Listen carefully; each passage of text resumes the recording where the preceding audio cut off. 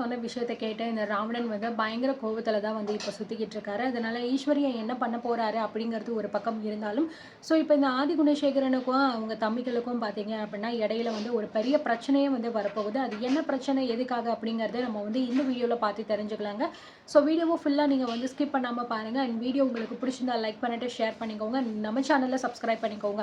அடுத்தடுத்து நாங்கள் போடுற இன்ஃபர்மேஷன்ஸை நீங்கள் பார்த்து தெரிஞ்சுக்கிறதுக்கு உங்களுக்கு ஹெல்ப்ஃபுல்லாக இருக்கும். ஸோ இப்போ வந்து பார்த்தீங்க அப்படின்னா இந்த மாதிரி ஒட்டுமொத்த சொத்து பொறுப்பையுமே வந்து ராவணன் கிட்ட ஒப்படைக்க போகிறதா நம்ம ஆதி குணசேகரன் வந்து சொல்லியிருப்பாரு எல்லார்கிட்டேயுமே. ஆரம்பத்தில் வந்து ரேணுகா நந்தினி இவங்க 2 பேருமே வந்து கட் அண்ட் ரைட்டாக சொல்லிடுவாங்க, இல்லை முடியாது, அதெல்லாம் சரிப்பட்டு வராது. வீட்டில் இருக்க இத்தனை பேர் இருக்கும்போது எதுக்கு வந்து வெளியில இருந்து ஒரு ஆளை வந்து கூட்டிகிட்டு வந்து ஒட்டுமொத்த சொத்து பொறுப்பையும் கொடுக்கணும், இது எங்களுக்கு என்னமோ வந்து சரிப்பட்டு வரும்னு தோணலை அப்படிங்கிற மாதிரி வந்து சொல்லிட்டு போயிடுவார்.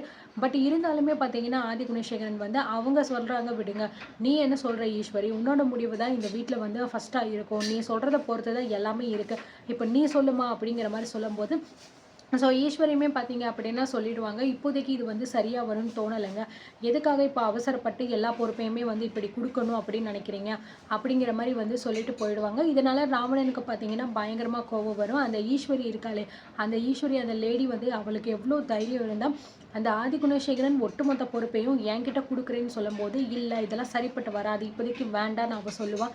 அவன் பொண்ணை நான் காப்பாற்றி கொடுத்துருக்கேன், அந்த ஒரு நன்றி கூட அவளுக்கு வந்து இல்லை, என்ன வந்து அவள் வந்து பகைச்சிக்கணும்னு நினைக்கிறாளா, அப்படி என்ன அவள் பகைச்சிக்கணும்னு நினச்சா அவளுக்கு என்ன நடக்கும் அப்படிங்கிறத நம்ம காட்ட வேணாம் அப்படின்னு சொல்லிட்டு ராவணன் பார்த்தீங்கன்னா பயங்கர கோபத்தில் வந்து இருக்காரு. ஸோ அடுத்ததாக வந்து பார்த்தீங்கன்னா இந்த பக்கம் ரேணுகா நந்தினி 2 பேருமே வந்து அவங்க 2 ஹஸ்பண்ட் கிட்டேயுமே பேசணும் அப்படிங்கிற மாதிரி வந்து கூப்பிட்ருப்பாங்க.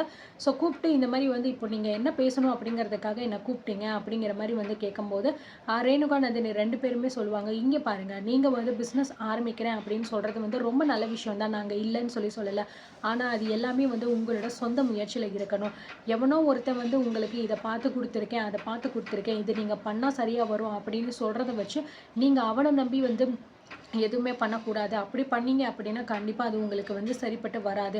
ஆரம்பத்தில் இப்படி தான் வந்து ஒரு கடையை வச்சுருந்தீங்க, அப்போவே நான் அவ்வளோ தூரம் உங்ககிட்ட படித்து சொன்னேன், அதை நீங்கள் வந்து கேட்காம அந்த கடையும் சரி பணத்தையும் சரி ஒட்டு மொத்தமாக நீங்கள் வந்து இழந்துட்டீங்க.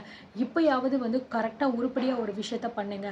நீங்கள் தொழில் தொடங்க போகிறீங்கன்னா அது உங்களோட சொந்த விருப்பம், நீங்கள் எப்படி பண்ணணும் அப்படிங்கிறத நீங்கள் தான் முடிவு பண்ணி நீங்கள் பண்ணணும். அதை விட்டுட்டு இன்னொருத்தன் வந்து சொல்கிறான் அப்படிங்கிறதுக்காக அவன் பின்னாடியே போயிட்டு எல்லாமே நீங்கள் பண்ணக்கூடாது. அப்படி பண்ணால் அது வந்து சரிப்பட்டு வராது அப்படிங்கிற மாதிரி ரேணுகா நந்தினி 2 பேருமே சொல்லிக்கிட்டு இருக்காங்க. ஸோ எப்பயும் போல் பார்த்தீங்கன்னா கதிர் ஞானம் என்னமோ அதிசயமாக தெரியல, அவங்க பொண்டாட்டிக்க பேச்சை வந்து அப்படியே கேட்டுட்டு அமைதியாக நின்றுக்கிட்டு இருக்காங்க. அதே டைம் அந்த இடத்துல ஈஸ்வரியும் வந்து வராங்க. ஆமாம் தம்பி, அவங்க சொல்கிறதும் வந்து சரிதான், ஏன்னா வந்து நான் வந்து அந்த தம்பியை ஒன்றும் தப்பாக சொல்லலை, அவர் நம்ம பொண்ணை காப்பாற்றி கூட்டிகிட்டு வந்திருக்காரு, அந்த நன்றி கடன் நமக்கு வந்து இருக்குது, நான் இல்லைன்னு சொல்லிலாம் வந்து சொல்லலை. அதுக்காக அதுக்காக வந்து அவர் சொல்கிற எல்லாத்தையுமே நம்ம வந்து பண்ணணும் அப்படின்னு சொல்லிட்டுலாம் எதுவும் கிடையாது. அவர் நம்ம குடும்பத்துக்கு வேண்டப்பட்டவர் தான்.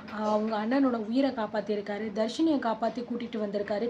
இது எல்லாமே வந்து ரொம்ப சந்தோஷமான விஷயம். அவருக்கு நம்ம என்ன பண்ணணுமோ அதை தாராளமாக நம்ம வந்து பண்ணுவோம். அதுக்காக நம்ம குடும்பத்துக்குள்ளே ஒரு ஆளை அவரை கூட்டிகிட்டு வந்து உட்கார வைக்கிறது, அவர் தான் எல்லாமே இனிமேல் எடுக்கணும் அப்படிங்கிற மாதிரிலாம் வந்து பொறுப்பை கொடுக்கறது, இதெல்லாம் சரிப்பட்டு வராது. ஏன் இந்த வீட்டில் இத்தனை ஆம்பளைங்க இல்லையா, இவங்க எல்லாத்தையுமே தாண்டி அவர்கிட்ட கொடுக்கணும் அப்படின்னு என்ன அவசியம் இருக்குது, நீங்கள் கொஞ்சம் யோசிச்சு பாருங்கள் அப்படிங்கிற மாதிரி வந்து பார்த்தீங்கன்னா நம்ம ஈஸ்வரி வந்து சொல்லிடுறாங்க.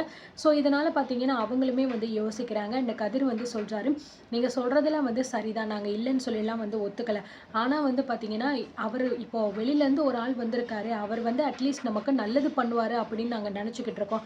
இந்த வீட்டில் உள்ளவங்க மட்டும் எங்களுக்கு என்ன நல்லதாக வந்து பண்ணிக்கிட்டு இருக்காங்க, மேலே 2 பேர் உட்காந்துருக்காங்களே அவங்க 2 பேரும் என்ன இந்த குடும்பத்துக்கு நல்லதாக பண்ணுறாங்க, எப்போ இந்த குடும்பத்தை அழிக்கலாம் அப்படின்னு சொல்லிட்டு காத்துக்கிட்டு இருக்காங்க. அதுவும் பத்தாததுக்கு எங்களை பெத்தது இருக்கே அதுதான் வந்து நம்பர் 1 வில்லியாக தான் இப்போ இந்த வீட்டில் சுற்றிக்கிட்டு இருக்கு. எப்படா வந்து பெத்த பிள்ளைங்களை வந்து ஏதாவது ஒன்று பண்ணலாம், ஏதாவது மாட்டி விடலாம் அப்படின்னு தான் வந்து பிளான் பண்ணிக்கிட்டு இருக்கு.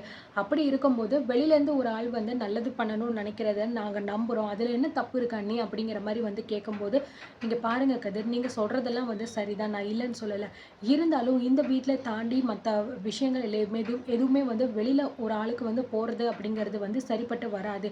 இப்போ உங்களுக்கு வந்து சரியாக வந்து தோணலாம், ஆனால் பின்னாடி ஏதாவது பிரச்சனை வரும்போது அவசரப்பட்டு இந்த மாதிரி நம்ம கொடுத்துட்டோமே, அப்படி கொடுக்காம விட்டுருந்துருக்கலாமே அப்படின்னு உங்களுக்கு தோணும்.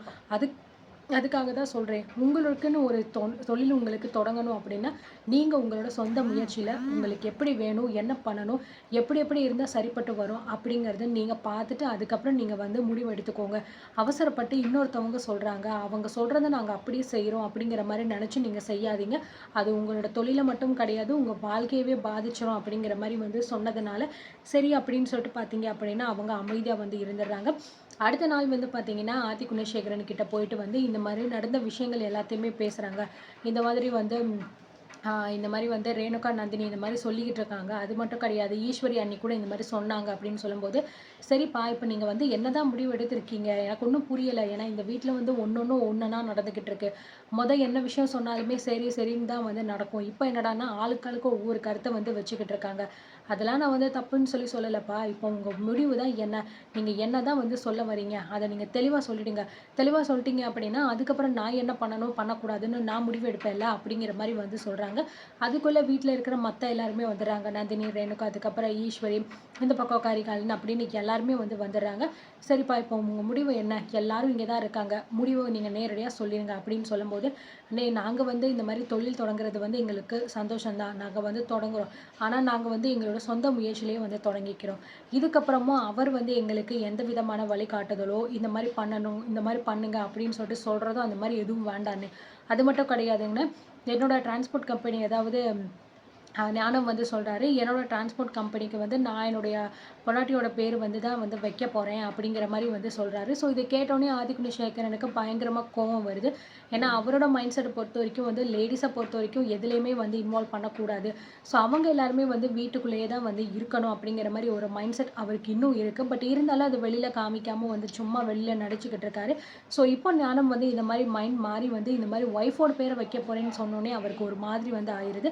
இத கேட்டோனே நம்ம கதிரும் வந்து ஆமாண்ணே, ஞானமண்ணே சொல்ற மாரி தான். நானுமே வந்து என்னுடைய பிசினஸ்ல வந்து பார்த்தீங்கன்னா, நந்தினியோட பேர் தான் நான் வந்து வைக்கலான்னு முடிவு எடுத்திருக்கேன். இது நல்லா யோசிச்சு எடுத்த முடிவு தான். இதுல எந்த விதமான மாற்றமும் கிடையாது. பிளஸ் அந்த இடம் எங்க இருக்கு, என்ன ஏதுன்னு சொன்னீங்க அப்படின்னா, நாங்க போய் வந்து பார்க்குறோம். அவங்க இதுக்கு மேல வந்து இதுலலாம் தலையிட வேண்டாம் அப்படிங்கிற மாரி வந்து சொல்லிர்றாங்க. இதனால வந்து பார்த்தீங்கன்னா, ஆதி குணசேகரனுக்கு கோவம் வந்து அதிகமாயிருது. ஓ! அப்படிங்களாப்பா? சரி, சரி. உங்க வாழ்க்கைய இப்ப நீங்க முடிவெடுக்கணும் அப்படின்னு சொல்லிட்டு நீங்க வந்து எல்லாமே பண்ணிட்டீங்க. சரி இதுக்கு மேல ஒரு அண்ணனா நான் வந்து என்ன பண்ணணுமோ அது மட்டும் நான் பண்றேன். மத்த எந்த விஷயத்துலயுமே நான் வந்து தலையிட விரும்பல. அது உங்களோட விருப்பம் அப்படிங்கிற மாரி வந்து சொல்லிர்றாங்க. ஏன்னா ஆல்ரெடி வந்து பார்த்தீங்கன்னா, பேர் வந்து விசாலாட்சி பேர்ல வைக்கலாம் அப்படிங்கிற மாரி வந்து சொல்லியிருப்பாங்க. ஆனா இவங்க 2 பேரும் அது எல்லாத்தையுமே தாண்டி அவங்களோட ஒய்ஃப் பேர்ல வைக்கிறதா சொன்னது தான் வந்து இப்ப எங்க பெரிய ஒரு இஷ்யூவா வந்து போய்க்கிட்டு இருக்கு. ஸோ இந்த பிரச்சனைய கண்டிப்பா நிச்சயமா வந்து இந்த ஆதிகுணசேகரன் ராவணன் கிட்ட போயிட்டு வந்து சொல்லுவாரு. அந்த ஆள் வந்து வேணும்னே எதையாவது ஒண்ணு குழப்பி விட்டு, ஸோ குடும்பத்துக்குள்ள பார்த்தீங்கன்னா, டெஃபினெட்லி வந்து பிரச்சனைகள வந்து எழுப்பி விட போறாங்க அப்படின்னு தான் வந்து தெரியுது.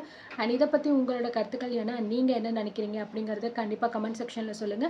ஸோ இந்த வீடியோ பிடிச்சிருந்தா லைக் பண்ணிட்டு ஷேர் பண்ணிக்கோங்க. Thank you.